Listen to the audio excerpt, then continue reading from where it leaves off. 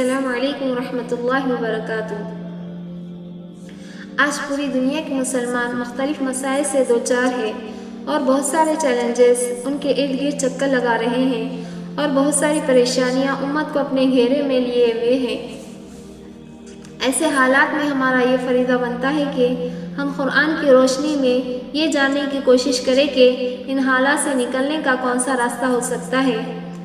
تو اللہ رب العزت سورہ انفال میں ارشاد فرماتے ہیں، یا ایھا الذین آمنوا اذا لقیتم فئۃ فاثبتوا واذکروا اللہ کثیرا لعلکم تفلحون واطیعوا اللہ ورسولہ ولا تنازعوا فتفشلوا وتذھب ریحکم فاصبروا ان اللہ مع الصابرین۔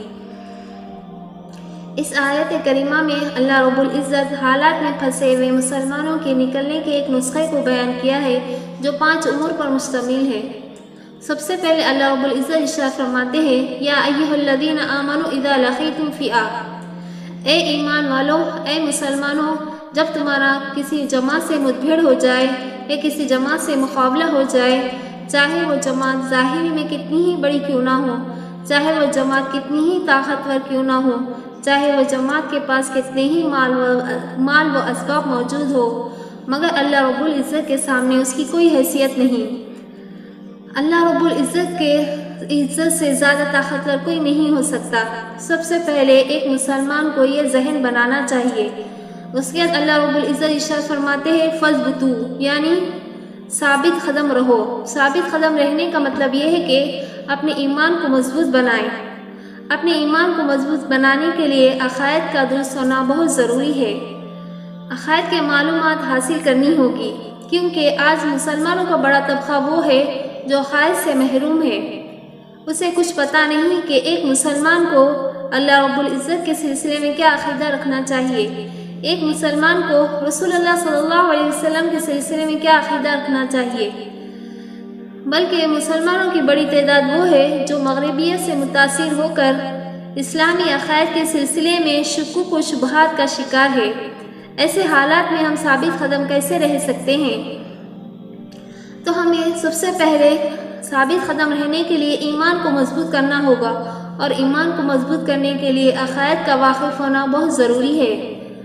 اس کے بعد اعمال صالحہ پر اپنے آپ کو جمانا، یعنی نمازوں کی پابندی کرنا اور قرآن کی تلاوت کرنا، اس کے علاوہ جتنے بھی اعمال صالحہ ہو سکتے ہیں۔ آج مسلمانوں کی بڑی تعداد وہ ہے جو ظاہری چیزوں پر اعتماد کیے ہوئے ہیں، جبکہ مسلمانوں کو ظاہری چیزوں کے ساتھ باطن پر بھی زیادہ اعتماد رکھنا چاہیے۔ اس کے بعد قرآن مجید بیان کرتا ہے، اذا لقیتم فئۃ فاثبتوا واذکروا اللہ کثیرا، اے ایمان والو، اللہ کا ذکر کثرت سے کیا کرو۔